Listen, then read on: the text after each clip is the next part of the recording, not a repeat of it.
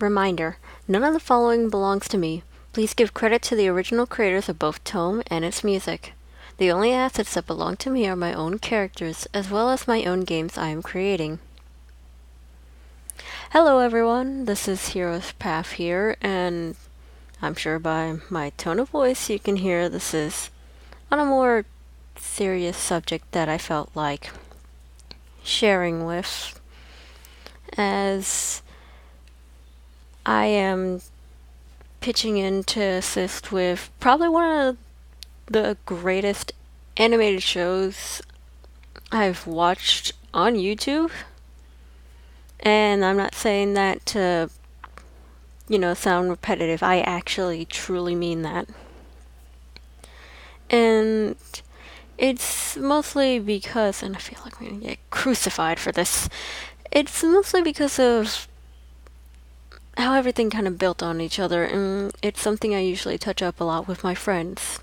There's great character development within a wide cast. Even the minor characters that you may or may not pay attention to, they count as a main cast on their own.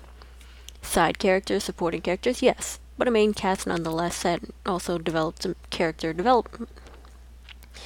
As well as a wonderful scenery, a wonderful plot line that was also hidden and twisted, which I absolutely love those, the ones that catch you off guard.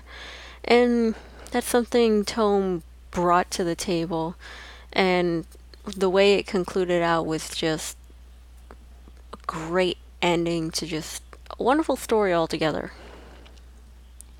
Now, I'm not gonna give away spoilers, but I will try to break it down as best as possible to prove a little bit more to my points. First of all, the main cast of itself, Alpha, Kerbifer, Nylok, Flame Girl, and Game Crazed.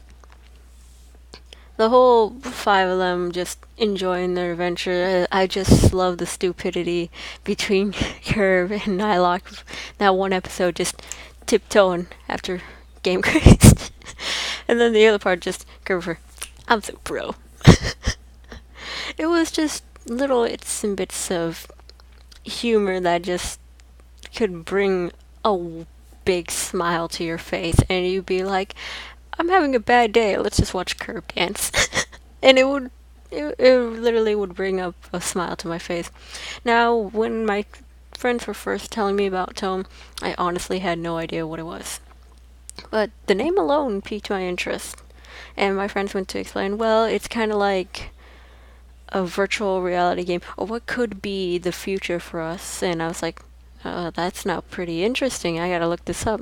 And when I first watched the first episode, I was like, this is so good. And again, I'm not like saying it to say it. I actually mean, I was like, this is so freaking good. I gotta keep watching the rest of this. So I literally binged on Tome until I got to the most recent, and I think that was 13, 2 episodes before the finale was actually coming around. And I was like, ah,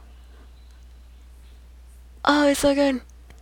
Of course, I was a little bit sad that the way I caught it was more towards the finale, but it also made it a little bit more satisfying to where when the finale came, I was pumped and ready to go because I knew the whole story leading up to it. And it was not only exciting, but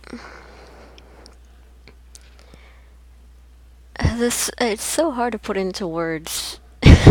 I'm sure people have had that struggle, or even when people do their blogs, they have that struggle trying to put the right words at the right moment. Honestly, when you look at the story, it's a little bit hard to figure out who or what was going to be the bad guy, who or what was going to lead the next stage. And it follows a beautiful line of introduction. Body was just insanely wonderful. I don't care if even the one dealing with Nylok to most people was considered a filler episode. That wasn't filler. That was a beautiful episode dedicated to just character development on one character, Nylok. And Game Craze got to be like a part of it. which is great. And then the little subtleties of like humor, like more towards the end, you could see Kerr just freaking out. I don't know why, but just the I am great. Just standing up there, it's like you need to calm down, because it not only reflects, and I'm not saying this is probably how the creator is, but it kind of reflects a lot of personality into it. So, and for example, it's usually most rage people that you see playing their video games. They're not actually rage. Sometimes they're just mad with themselves, but the way they express it is just like, I want to be 10,000 feet away from that guy. And it made the show a lot brighter and happier because, and I usually have to keep telling my friends this, regardless of how you make a character, even if it's like your own creation, far 10 billion miles away from how you act, they're always going to carry some part of you. Now, whether Kerber was how Chris Niosi actually behaves or just a little part of him that behaves, that's fine. But there's still like a part of him in it. Same with the others, and it was Chris who created all these characters, but at the same time, his friends that he gave it to were able to portray it like if it was literally them. And that's the most beautiful part of mixing both voice acting and character development just right in a one package. You gotta slap it on with the might of Zeus. All jokes aside, towards the end, I think is what not only pissed me off the most, but it got me so emotional, and I love anything that will do that to me. Sounds annoying, yes, but it's actually not. You know, and I say this a lot to people because I write fiction like crazy. You know, you have a wonderful story. You know, you have a great thing in your hands when the audience can feel the emotion that's being portrayed in the story at that exact moment. So towards the end, and again, I'm not spoiling, but towards the end, like with any story, when it feels like all hope is lost, and you just see that one guy you want to punch in the face, you're Lowenthal. And it's just like, hey buddy, how you doing? Welcome to the rice. And it literally just catches you off guard. Like towards the end, I was literally like, first, upset because of what was happening. Then you see the bad guy, and then you're furious. Then we get to the end again, and we're purely sad and try not to get emotional. You cannot ask me to watch the last episode of TOME without seeing me cry, get mad, and bawl like a baby. But that's probably the emotion. Now, I'm probably not saying that Chris was like, he wanted people to be on the floor, hugging their knees to the chest and crying out their eyes. That's not what he was going for. What he was going for was for that climactic finish of all hope seems lost. You got hope. Then everything kind of just smooths out and you got that beautiful happy ending quality. So that's my take on TOME. Now, TOME, the game that he's working on currently with his team, it looks great so far. And again, I'm not saying it to say it. I've played a lot of games. Let's be very clear. Not the ones that I posted on YouTube, but I've played a lot of English. Can I speak the language? I've played a lot of games from back when I was a kid. First game I ever got my hands on was Sonic Adventure DX. My older brother let me play it on the GameCube for a bit. And then, the Mario 64, Mario Party 3, rest of the Sonic games, mostly Ape Escape, 2, 3, Pumpkin Prime, but mostly around that genre of Mario, Sonic, Link, Ape Escape. I actually never had any Pokemon besides Pokemon Stadium. Believe it or not, my first Pokemon game I had was back when I was in, 6th grade? Somewhere around there. Anyway, I'm not trying to get off track. Point is with that is it looks great for a turn-based RPG, almost like how the show was in the sense of not turn, but you had that 2D RPG kind of style where you had each person doing their individual attacks. It appears on screen. Whoever wins, wins, and whoever loses, loses. The end, question mark. Just kidding. But that was the end of it. And that's usually how most turn-based RPGs go. Now with the one that they're making, portrays the average RPG with still the twist of, everything's TOME. Everything was man-made and created. Like I said, before people start flipping out, it's like, well, it's not actually like the TV series, or the YouTube series, whichever way you want to call it. It is. It's just a new continuity, meaning new canons. If you want to compare it to something horrible, compare it to Sonic Boom. You want to compare it to something great, then the best way I can explain it is every time you grab a new Persona game, new canons everywhere. Not everything's gonna stay stagnant, baby. If it was, I don't think we'd have Persona games. Same with Pokemon. Grab up a new region. That's a new canon all on its own. Grab up a Pokemon from Generation 1. Slap it on. Oh, hold on, wait. Slap it on with the Might of Zeus up into Gen 7, and it's got a whole different Pokedex. That's a whole new canon. It's the minor details that usually count. So, with the game, I'm hoping to see not all of them, because if it's a new continuity, more than likely, we're not going to see practically everyone we know. We could, and I say could, very kind of like lightly, because new continuity means there's either A, mixtures, or 2, missing people but replaced with new people. And I love the idea that, like with the series, he's involving the community again.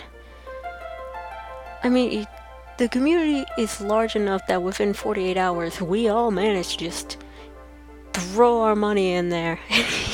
He got to the main goal that he needed for. Great, I love that. I love that kind of community. That they're there for a person, whoosh, in a flash. Not only that, but what kind of gets to me was, I think when my friend first showed it to me, I was like, oh, okay, cool. I can, throw my character there. To be honest, I'm gonna say this honestly, again, it's not bad, not anything else. I honestly wanted to throw it at the 200 tier, so people could fight one of my characters.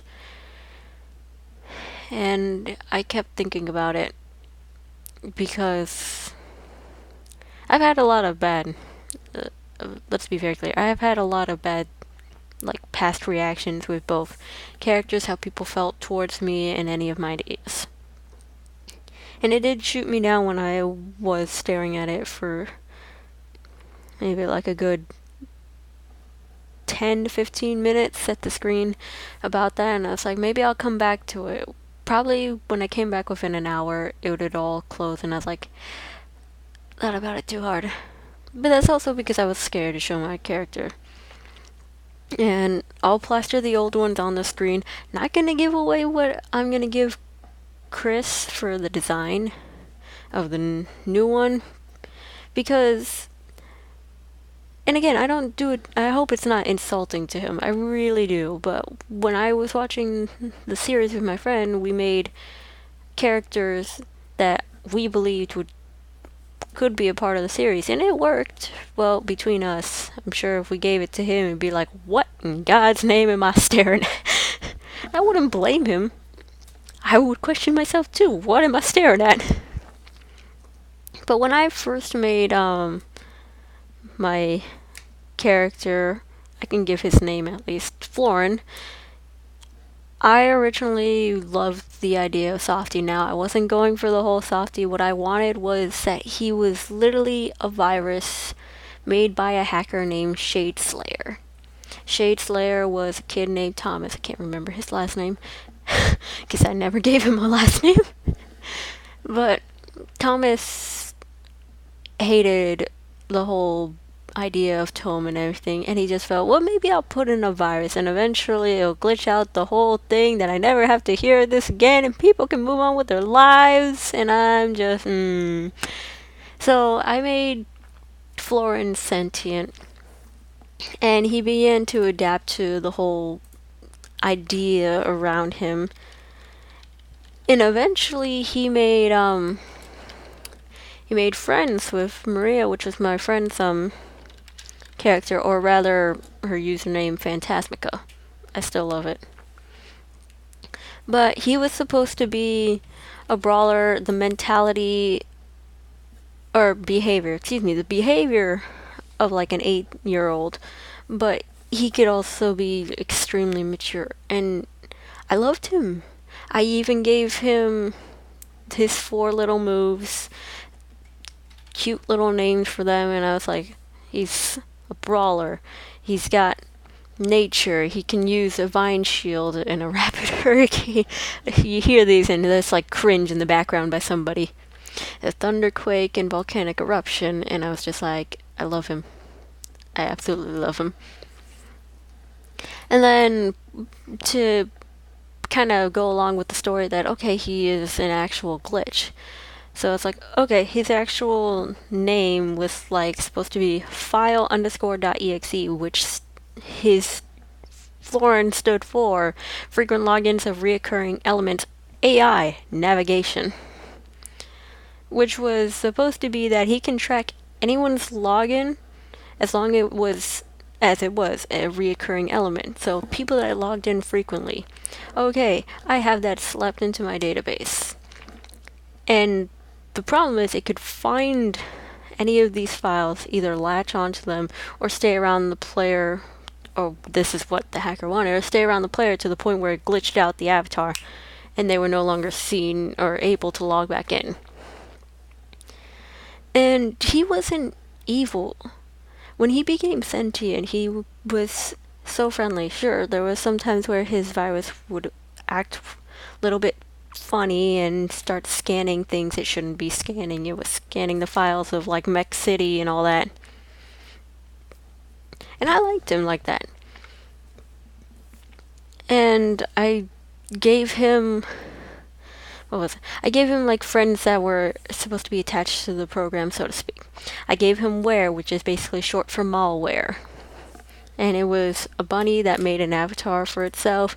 And he had his parents, which was literally a Trojan horse, but it was all made out of data. And a pub key, again also bad, made out of data. And that all of them like was able to at least contain him and keep him to a low minimum to where he couldn't glitch or actually do anything. And it was a cute little story that we had for him. And the whole basis of it was that we were kind of enjoying it. And yes, again, I'm probably going to get crucified in the chat, or if I give this to like the Kickstarter and Chris sees it and he's just like, what were you thinking? It's not for profit. Any of my games that I'm making, it is not for profit. It is for the pure enjoyment of, will people like what I'm doing? First thing that I believe I started working on was Risen Falls. Risen Falls, I'm sure there's an old trailer dusted up somewhere in Heroes Path channel somewhere. But I have yet to make a new one. But Risen Falls was supposed to be like a combination of my childhood. That's one project aside. That doesn't really have a lot of original characters, but the second one that was to arise was actually what I originally called just Project Florin. And that was supposed to be based around RPs together, or roleplays rather, that I had with my friend, and also had to revolve around most of the TOME community. Now, I didn't go ripping sprites from any of his videos. I didn't do nothing. I actually, for the, I guess, basic, or my prototype of that, because I'm actually, I'll explain that better. or later, because I'm actually using another program to kind of mess and tweak with that one. But originally, I just drew like the headshots of certain poses of the characters. So like, the only one that I started off with Zeto, and I would take most of the sprites that I saw him either shrugging or kind of looking face forward, talking wise, the little mini sprites, that I would just crop out the head as best as possible, draw over it as best as possible to kind of look like how he drew it. It came out okay, but it worked. And that was just to, prove like I'm not trying to take his stuff, crop it, slap it in there, and say it's mine. I'm trying to do the art myself, but still give credit to the original creator. So that way, there's no stealing or taking. It's giving credit where credit is rightfully deserved, while also just doing it in your own style or basis. So with the redo of it, I'm using the RPG MV system. I won't do the sprites as how the series goes, because not only am I not good with that, I fear like if I mess up on it, it's gonna kind of ruin the immersiveness of the story. It might also, I don't also, like I said, don't want to feel like I'm trying to mock the series or anything. It's just a fan game for non-profit, just for the enjoyment of this is how I feel towards the whole thing, and if people just like our characters. That's it. Pure basis is if you like our characters, yes or no. Bottom line. But what I am doing is I will redraw like I did for my friends on a visual novel thing. I just drew, I literally went in, took a screenshot of any empty backgrounds of like Mech City or Lavendera or Sanctuary, and I literally zoomed in as best as possible to where it would fit and drew the backgrounds myself. So again, so it's not taking, but it's me trying to copy the style while also giving credit where credit is deserved. So I would have to do the same for the sprites. For my characters, however, I am using the basis of certain characters that do match the characteristics of mine.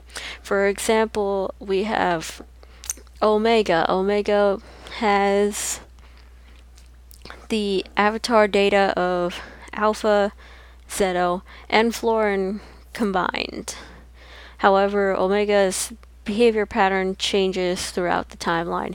I'm sure if I plaster up his picture, you'll be like, but it just looks like you cropped out Zeto and Alpha and all that and just slapped it onto a page and called it a character.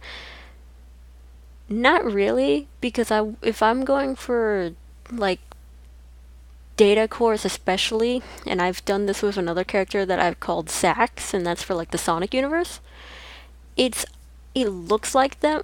The best example I can give, if anyone has watched or played Sonic RPG where they have Silkadoom, that character is like the best. And all it is literally the data, the DNA of Sonic and Shadow combined, and people, it's like, oh, it's a new character. But all if you really look, it's got the spines of Sonic at the bottom, Shadow at the top.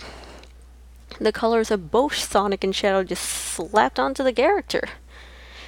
And that's kind of how I was thinking about it. It's like, it looks like them. Yes, I wanted that kind of resemblance, but I didn't take any assets. I just looked at what the assets were and kind of pieced them together to where they can all work as unison. And that kind of goes for how his remake is too. I haven't completely inked him in as with most of the other characters, but I'll show those as well, since they're not included in the game. I wish I could. I literally wish I could slap in those whole cast, but not only would that probably be rude, that probably would be annoying that you have these weird characters there for no reason in a new continuity.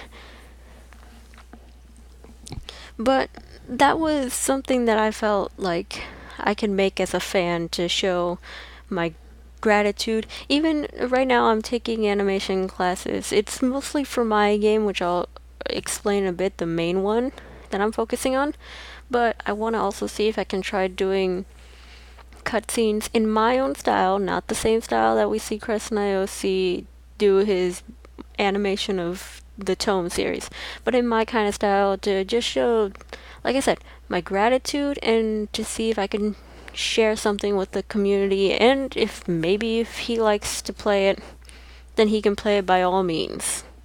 That's it. I don't do anything for myself. I do something to share with others. But the main game I was focusing on is called Persona A. Again, I'm pretty sure someone in the crowd is like, but they're supposed to have numbers. For me personally, I wanted to kind of break away from the pattern, and I don't know, for me it rolls off the tongue. In Persona A, I have all the characters. Sprites aren't done, but I do have their bases. And I wanted my own kind of story and twist to the Persona series. Probably the world's biggest twist, because there is like really bad twist. Not bad as in bad as in it's like a really great twist, but it's like so bad you want to go up to the creator, basically me, and punch me in the face. And all it is the whole story around my own characters that I've created. And again, I have a fear of sharing them with people because I fear it's not good enough. Sure, it's not gonna jump to the quality of an actual game, but I at least want to attempt to get it as close as possible. And that one is a little bit faster within the works. It clones the Persona system, relatively fair. It runs well for the most part. I'm still working in several different stages of story, social links, fixing up the battle system even more so, and things around there. But that's all I'm doing. Whether it's good or not is up to how the community is. I would give it to Atlas, but I'm pretty sure all of my story and how I want it to go would probably be eradicated. Not saying that they would on purpose, but that's usually how businesses go, because they want to go with the flow of how the demographics of gaming is today. So if most games like just shooting and whatnot, it would follow those and lose what I want, which is a story that teaches a lesson, and whether you catch that lesson is up to the player, whether you're paying attention for it or you're just playing to play. But going back to what I was saying with sharing my characters, that's how I've felt thinking about it these past couple of days, I would suggest, after I did give the money to help out Chris, because I really was aiming to let Florin or whoever I picked to just go up there and fight, and thought about it so much because of that fear. I don't know if anyone else has had that fear, though I'm sure most people are more ecstatic to just throw their characters at someone than probably I am, to where, you give it to them, you try to explain it to them. I'm not saying Chris would do this to me. I'm not saying that. I'm saying I've had problems with this before. That you give them something to look at, and they're right away laughing at you, wondering what's wrong with you or why would you do that. And does it bother me? Yes. Is it something I probably have to cross over in the long run? I'm not really sure, since I am just doing animation. For the most part, the only main animation you'll probably see come out of me, whether it's now or later on, is going to be revolving around my characters from a town I just called Alzuma. And again, whether that floats or not is up to the people that watch it. I'm not saying I don't have faith it will do well, but I can only just hope. And I don't have a wider range of context. I'm pretty sure with Chris having his friends made it easier to do majority of the voices, but to get those other wide cast, I'm pretty sure there had to be hiring involved, making sure the voice fit and things are around there. I don't have those types of assets. I only have me, myself, trying to do practically the entire voice cast for the Persona game, and probably for my series that I want to animate. And I'm sure someone's going to tell me that's going to hurt me in the long run.